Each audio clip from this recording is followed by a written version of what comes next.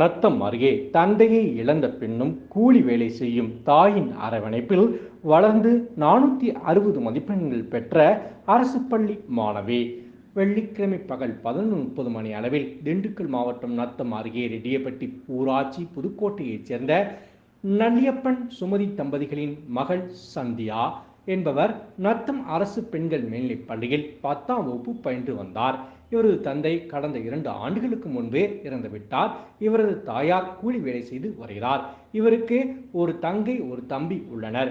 மிகவும் கஷ்டமான சூழ்நிலையில் தாயின் அரவணைப்பில் இருந்து வரும் மாணவி தந்தையை இழந்த பிறகு தளராத மனதுடன் படித்து வந்தார்.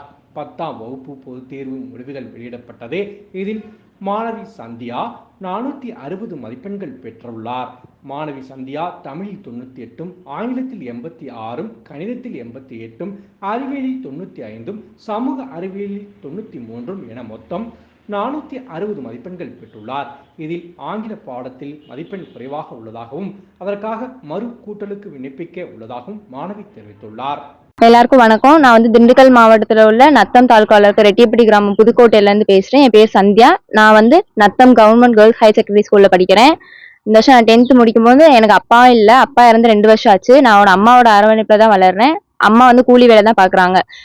எனக்கு ஒரு தம்பி ஒரு தங்கச்சி 2 பேர் இருக்காங்க. என்னை கஷ்டப்படுத்தா வளர்க்குறாங்க. இந்த சூழ்நிலையை நான் படிச்சு 460 மார்க் வாங்கியிருக்கேன். எனக்கு இங்கிலீஷ் மார்க்கில் மார்க் ரொம்ப கம்மியாயிடுச்சு. நான் ரீவேல்யூவேஷன் போகணுன்னு விரும்புகிறேன். நான் இதை தான் பண்ண போகிறேன்.